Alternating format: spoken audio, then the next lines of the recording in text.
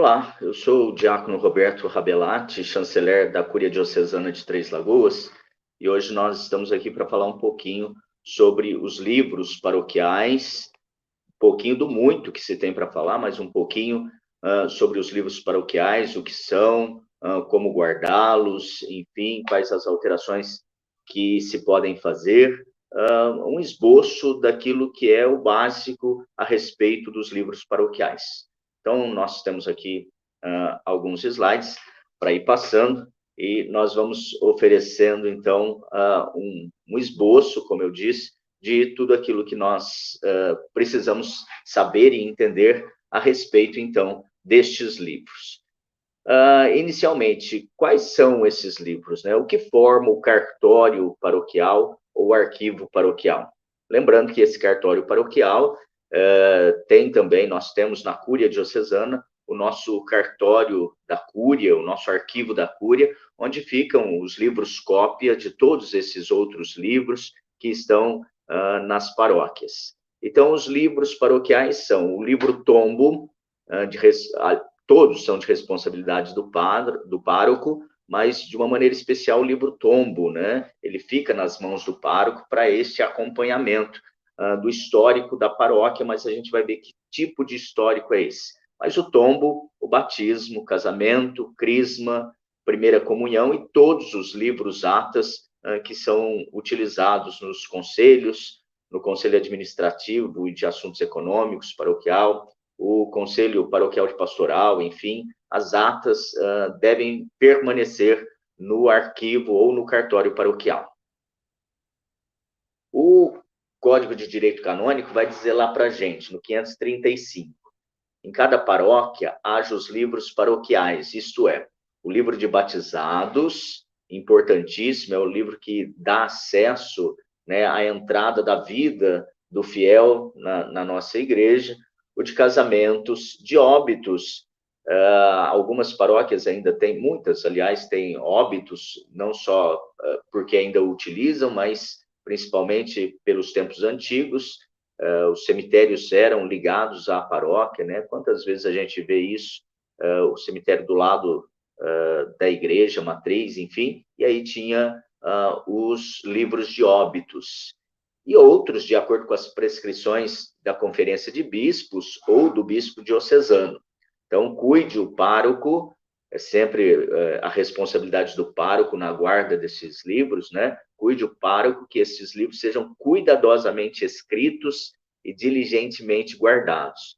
Quando a gente diz que eles sejam cuidadosamente escritos, né? É lógico que a gente está dizendo o capricho da letra, né? Hoje em dia que se utiliza muito o computador, enfim, mas nós fazemos a escrita destes livros. Às vezes me perguntam assim, por que não está tudo digitalizado, tudo de forma digital?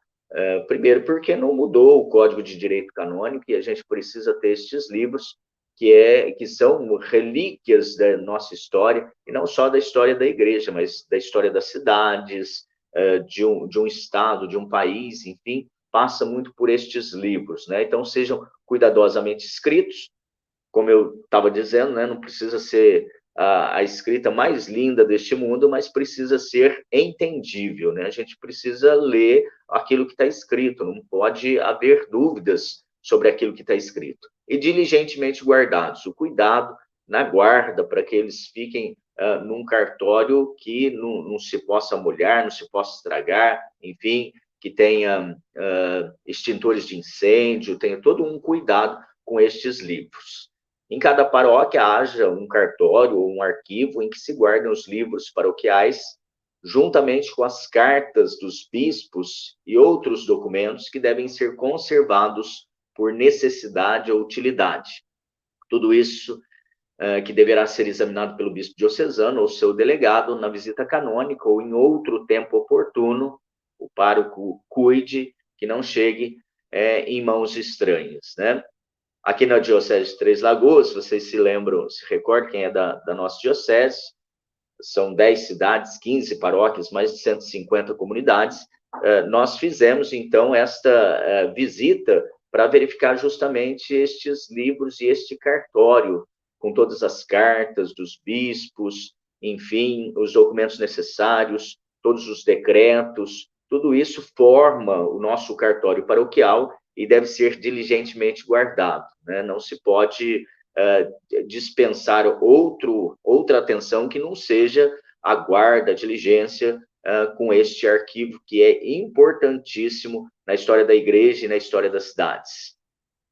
Também os livros paroquiais mais antigos sejam guardados diligentemente, de acordo com as prescrições do direito particular. Entenda-se aqui o direito canônico, mas também o direito particular, o direito, aquele que o bispo diocesano, dentro da sua diocese, na sua realidade, ele possa prescrever a respeito da guarda, da diligência destes livros. Então, é importante que a gente tenha em mente isso, né? Que os livros mais antigos, por exemplo, são grande fonte de pesquisa. Quantas universidades nos procuram, seja em Três Lagoas, a nossa diocese é uma diocese bastante jovem, né, ainda, então, pouco mais de 40 anos, então, em termos de igreja, isso é novíssimo, né, mas temos aí as dioceses com 500, 400 anos e que guardam uma relíquia, né, de tamanho histórico impressionante.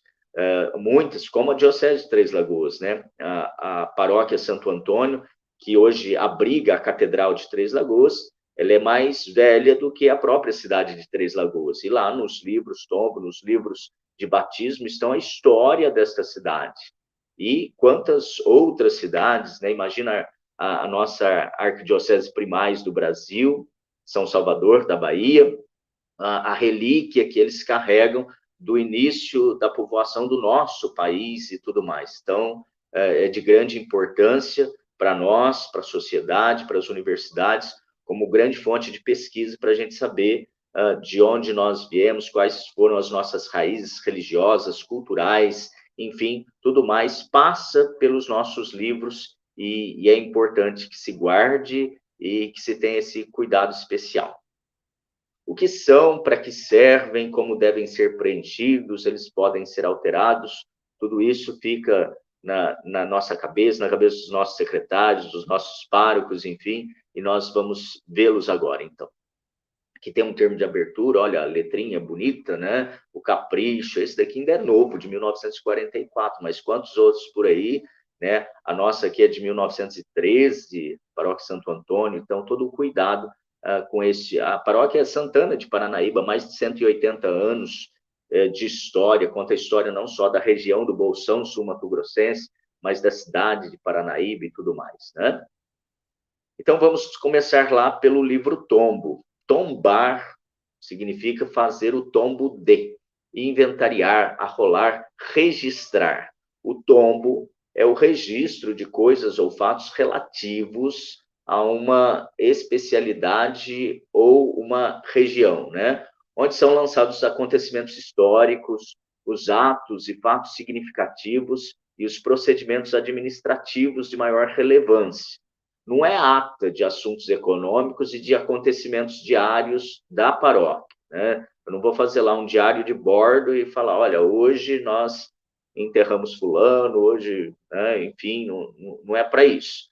As anotações em ordem cronológica, assunto, dia, mês e ano, claro, objetivo, sucinto, sem prejuízo do essencial. E assim a gente vai delimitando, né? E verificando também, o que eu acho mais bonito, que é a história daquela região. Nós fizemos uma visita que antecede a visita pastoral do bispo diocesano, o chanceler, o ecônomo, o vigário-geral, vamos às paróquias para fazer a verificação, cada um dentro da sua área de atuação e de função.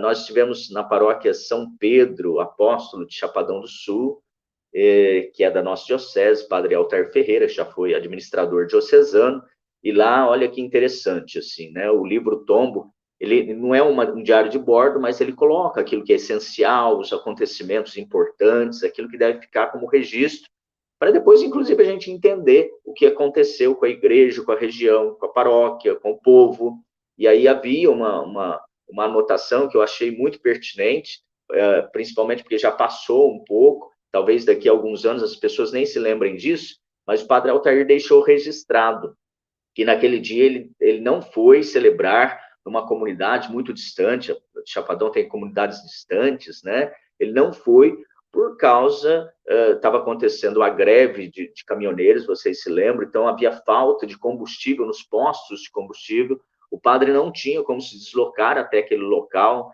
acho que era mais de 100 quilômetros, né, aquela comunidade rural, e não tinha combustível. E aí a importância e a visão do pároco, né, de colocar o que estava acontecendo. Daqui a alguns anos a gente vai falar, por que marcou aqui, o padre não foi, né, enfim, faltava combustível, não entendi essa.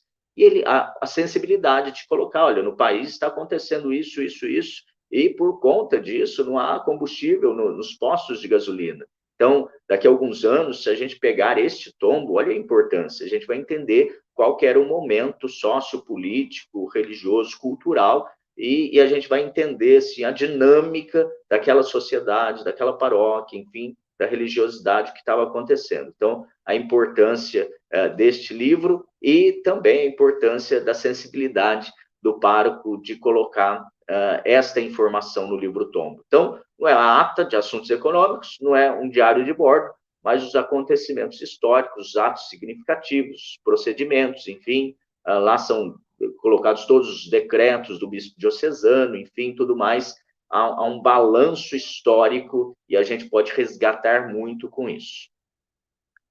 Está aí um livro de batizados, um livro que é um padrão, né? Lembrando que estes livros, eles são sempre comprados, adquiridos em dois, né? Um livro original, que vai ficar no arquivo ou no cartório paroquial, e um livro cópia, que ao término vai vir aqui para o cartório da Cúria Diocesana. Justamente, quantas pessoas não conhecem essas histórias de que, olha, eu fui batizado em tal lugar, pegou fogo, não tem mais registro, né? Aí é aquela verificação toda para ver se é o caso de um juramento supletório ou se é um batismo sob condição, tem todas essas coisas, né, que precisam ser verificadas. Então, sempre dois livros. Hoje nós temos um sistema informatizado, que a gente vai ver também, que é um sistema auxiliar, porque é aquilo que o Código de Direito Canônico, o direito da Igreja, nos diz é que nós tenhamos esses livros físicos, um no cartório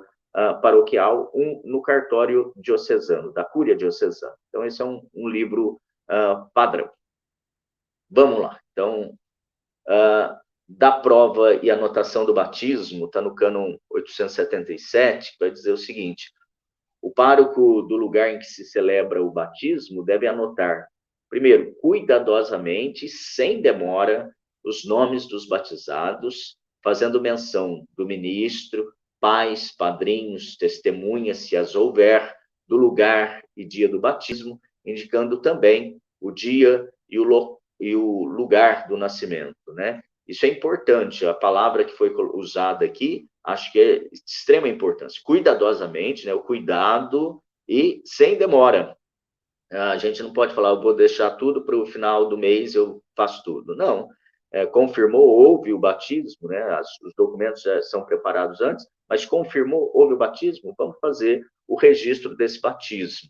Depois vai se precisar deste registro mais tarde, e aí nós precisamos de ter este cuidado para que os nomes estejam corretos, os nomes dos seus pais. A gente vai até ver assim como fazer este registro, que é de extrema importância, o de batismo, de uma maneira muito carinhosa e especial, porque lá é o começo da vida do nosso fiel e tudo que acontece na vida dele, pelo menos deveria estar no livro de batismos, né? Vamos lá, olha só, vou colocar aqui, isso, deu para ver, né? Todos os campos deste livro devem ser preenchidos com letra legível. A gente não pode deixar um campo livre, né? Procurar saber, é o cuidado de estar com os pais, de verificar os documentos. Então, é sem abreviações, não tem abreviação num livro de batismo, não é o Roberto R., né? É o Roberto Rabelati. Enfim, sem rasuras. Errei, vou passar branquinho, corretor, seja lá o nome que der para isso, né? Isso não existe, é sem rasura, sem corretor, sem carnaval de cores. Eu vou escrever o nome do pároco em vermelhos, do batizado ou do batizando em verde, os pais em azul e os padrinhos em preto. E vai ser padrão assim. Não, isso não é padrão, isso é carnaval, né? Enfim, não pode. Nem lá, ó, tá vendo aqui que a gente colocou, não sei se dá para ver aí, né? Tem, aqui não dá, né? Mas colocou lá, Padre Chico, né? Não pode o Padre Chico. É o Padre Francisco Pereira de Albuquerque Cavalcante. Arranjei até um nome bem grande, assim, para verificar isso. Se está um carimbo com o nome completo do padre, coloque o carimbo e faça, né, a chancela para esse nome. O padre só faz a sua rubrica. Ótimo, então faça-se o carimbo. Ou o carimbo redondinho, com o nome, a função e a paróquia, ou o outro carimbo para se afixar embaixo, é o selo, é a autenticidade canônica, né? Para este nome que deve ser colocado dessa forma. Mas hoje todo mundo conhece o Padre Chico. Hoje sim, daqui 50 anos, daqui 200 anos, daqui 300 anos, não se conhecerá, né? Então, é por isso que precisa-se o nome correto, o lugar correto, e tudo isso sem nenhum tipo de abreviação, tá bom? Vamos lá, o que consta no registro, né, na habilitação matrimonial, ou vamos falar agora da habilitação matrimonial, mas do batismo, enfim, deve constar no sistema de gestão eclesial. Seja lá qual o sistema de gestão que a gente tem, tudo precisa ser preenchido e cuidadosamente preenchido. Aqui tem uns campos, né? Se vocês estão enxergando, o diácono não está enxergando muito bem, mas está assim, aceita os fins do matrimônio, e quais são os fins do matrimônio? Aqui está, por exemplo, o primeiro é o bem do casal. Ele, naturalmente, o sistema já vem como não, mas é lógico que isso está na habilitação, e é sim, porque não é nulidade matrimonial. A geração e educação da prole vem não para que seja preenchido, então é sim, né, porque senão é nulidade matrimonial. Então, o que consta no registro, né, deve constar no sistema de gestão, e todos os campos devem ser cuidadosamente preenchidos, né?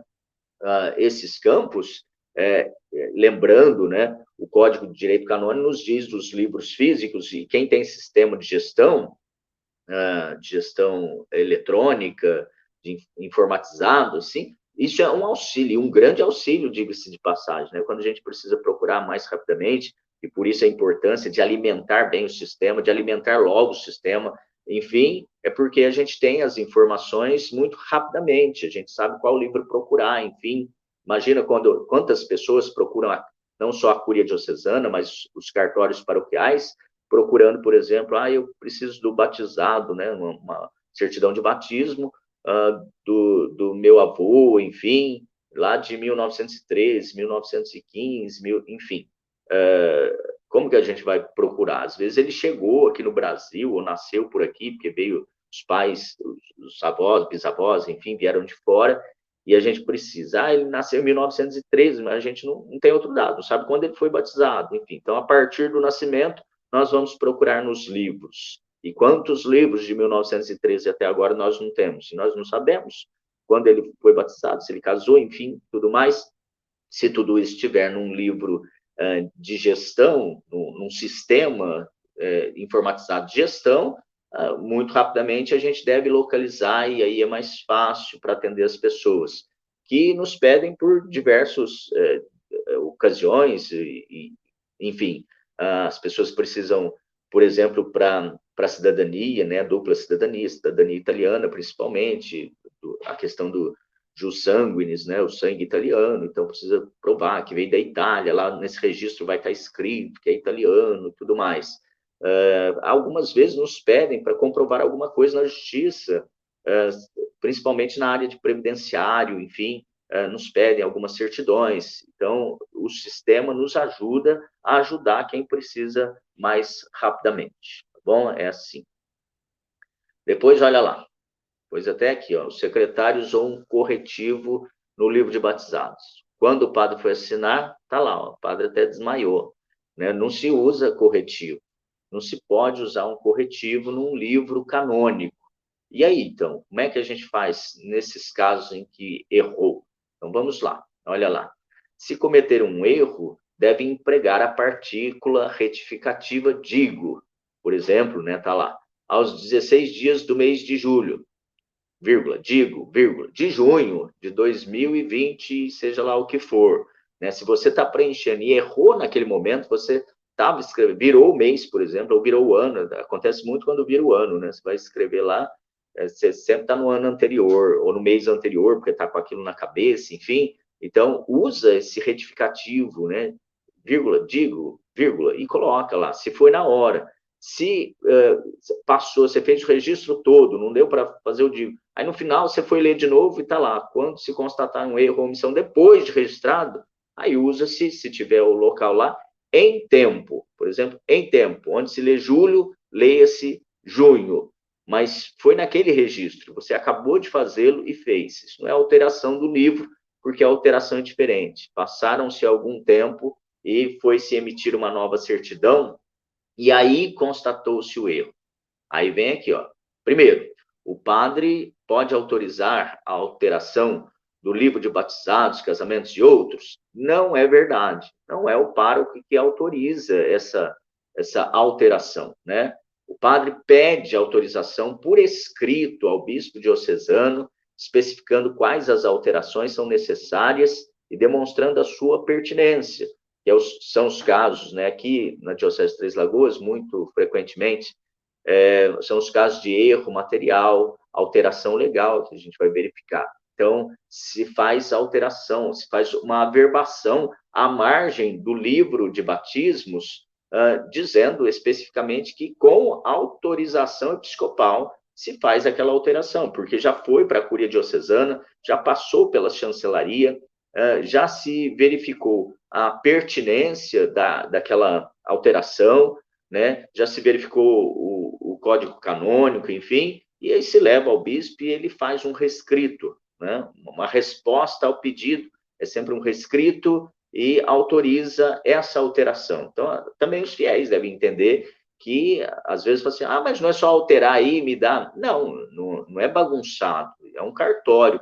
Aliás, o cartório da Igreja Católica veio muito antes dos demais cartórios. Antigamente só existia o nosso cartório, o cartório religioso. Né? Se nascia, se batizava, era a certidão de batismo, que era o nascimento, né?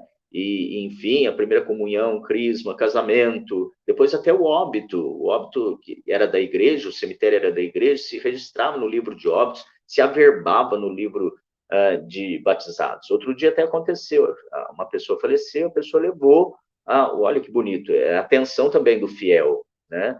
Levou a certidão de óbito para a paróquia para averbar o óbito. Ela foi batizado aqui para averbar. A pessoa até me ligou, olha, trouxeram aqui, o que eu faço? Averba, vai lá no registro de batismo e averba o óbito dessa pessoa. Bonito, o carinho do fiel também com a igreja. A igreja faz isso, registra, faz a averbação. Então, é importante que isso aconteça. Bom, deixa eu mudar aqui. Olha lá um erro material. Seu Madruga foi colocada no livro, né? Mas o nome dele é Seu Madruga, todo mundo conhece aí nessa figura. Então, é um erro material. Na hora de fazer o registro, se registrou de forma diferente daquilo que é. Temos uns casos assim, então eu conto os casos sem contar o santo, né? Enfim, mas que era assim, eu conheço a pessoa, olha, a pessoa é a dona Cida, lá da capela, né? E fala o nome da capela. Aí o padre, antigamente, conhecia essa pessoa, dona Cida da capela, que foi batizar o filho. E como ele colocou lá no livro de batismos, né? É o Francisco, filho da Cida da capela tal. Ele colocou isso no livro de batismo. Eu tenho aqui assim, né? Aí depois o Francisco vai casar, vai tirar uma certidão atualizada de batismo para fins matrimoniais e tá lá, nome da mãe, Cida da capela, né? Então, quer dizer, vai ter que se fazer um pedido de alteração do livro de batismo em razão de erro material, né? Era a bondade do padre, né? Mostra até a proximidade dele, é bonito assim. Mas para fins matrimoniais, a certidão deve estar correta. Então, se faz um pedido de alteração do livro de batismo, junta-se uma cópia do documento civil que conste o nome completo, o nome certo, o nome correto, sem abreviações, e vai lá e se faz a alteração, se averba à margem do livro essa alteração. Bom, outro aqui, erro material? Isso, está lá, o nome é Aurélio Marinho Jargas. No livro foi como Aurélio Marinho Vargas, era, né, mais, vamos dizer assim, mais comum, enfim, mas na hora falou-se, colocou e nem se olhou o documento, ou na hora que olha o documento, acaba enxergando Vargas no lugar de Jargas. Então, se faz um pedido, erro material, está lá, uma certidão de nascimento, um documento civil, tem um erro material e é concedido, então, essa alteração. Erro material, olha lá, por alteração legal, né? O nome era, no livro, tá? Corintienzo Samuel Silva, não é? Olha que nome bonito. Aí ele foi adotado e os pais mudaram o sobrenome da criança. Agora ele chama Corintienzo também, Samuel de Jesus Soares. Mudou-se o nome da criança. E aí? Aí no livro de batismo ele já tinha sido batizado, estava outro nome, enfim, pede-se então a alteração de nome por adoção, né? Houve a mudança efetiva do nome, então precisa se mudar. Os padrinhos vão ser os mesmos, né? E os pais, enfim, vão ser aqueles que constam no documento civil em vigor, né? Aquele que hoje legitima a paternidade, a filiação dessa criança. E aí é concedido, né? Não há problema nenhum quanto a isso. A alteração legal deve dizer respeito à pessoa do batizando, ou ainda na de seus pais, se, aí tá, né, se houver efetivamente alteração na certidão de nascimento. Por exemplo, os pais, infelizmente, o casamento não deu certo, e aí se separaram, e a mamãe voltou a usar o nome de solteira. Sei, mas e nos documentos oficiais do filho? Quais são os nomes que estão lá?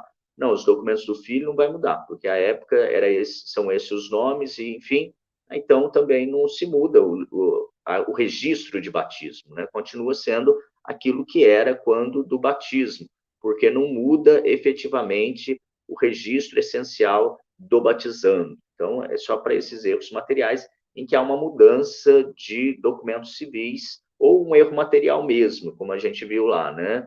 Era Roberto com Teófilo, escreveu Roberto com Teu, tu, né? Então, se entendeu diferente. Era o caso do seu Madroga, né? O seu Madruga. Então, enfim, são erros materiais, erros de verificação de documento, não se verificou corretamente, ou por uma alteração legal. Depois disso, batismo, né? O que acontece? Não foi encontrado lá o batismo da criança, né? Não tem evidência nenhuma de batismo. Dizem que eu fui batizado, né? Dizem. Mamãe já não está mais entre nós, nem papai. Nunca se fala no nome dos padrinhos, assim. Não tem evidência. Não tem, não sei onde foi, não, enfim, ou se falavam que morava em tal lugar, mas não tem registro nenhum. O pároco vai sempre verificar essas condições, se há evidência, se não há evidência, e aí vai decidir, né? Se não há evidência nenhuma, um batismo sob condição, que é aquele batismo, né? Que é condicionado mesmo. Se houve o batismo, aquele permanece válido. Se não houve esse batismo sob essa condição, né? Passa a ser válido, mas pelo menos se registra esse batismo para se ter a devida certidão de batismo, né? E se tem evidências, né? Olha, tem, mamãe e papai estão aqui, estão vivos, diz que o padrinho era fulano, né? A gente morava em outro lugar. Eu sempre, desde criança, acreditei que fulano era meu padrinho, disse que nós fomos batizados, não se achou. Mas, enfim, aí se faz o juramento supletório de batismo para os fins a que se destina, enfim, e vai se registrar esse supletório e vai se ter também uma certidão de batismo válida. Os arquivos, né? Tá aí duas fotos, inclusive do arquivo do Vaticano, que antigamente chamava Arquivo Secreto do Vaticano. E o Papa Francisco renomeou, porque a palavra secreto vinha do latim, que o nosso secreto aqui é meio esquisito, porque dá a impressão que é algo que não se possa ter acesso, né? Tem todo um sigilo sobre isso. Não, o secretum do Vaticano vinha da guarda, né, de ser guardado, enfim. Imagina as relíquias que estão lá de todos os tempos, enfim. Então, agora se chama o Arquivo Apostólico do Vaticano, bonito, né? Então, bem guardado, conservado. Um outro arquivo, eu não me lembro de qual biblioteca que é, mas assim, o zelo na guarda, na limpeza, no manuseio de tudo isso, né? Aqui mesmo na Cúria, nós estamos com um trabalho com a Universidade Federal, o FMS, o professor Vitor vem aqui e está nos auxiliando para resgatar todos os nossos documentos, livros, o acervo da Cúria Diocesana. Ele até falou, né? Ele estava usando a luvinha assim, e aí eu até comentei, falei assim, tem alguns aqui, se a gente pôr a mão, a gente fica com coceira na mão, assim. E ele fala assim, a preocupação, inclusive, de usar a luva é mais para o papel do que para a gente. É lógico, para a gente também. Mas a gordurinha, assim, dos nossos dedos, né, podem danificar as folhas, ela fica lá aquela gordurinha e danifica o papel com o tempo. Então, todo o cuidado no manuseio, para não se rasgar, para não se perder, para guardar bem, num local que tenha uma temperatura que ajude, que não é mofado, que não é úmido, enfim, toda essa ajuda a conservar este grande bem da igreja, que são os arquivos paroquiais, os arquivos diocesanos, né? Vamos lá. Os registros paroquiais são importantes fontes de estudos historiográficos, pois apresentam apontamentos, conclusões e análises sociais sobre acontecimentos e fatos transcorridos na história local.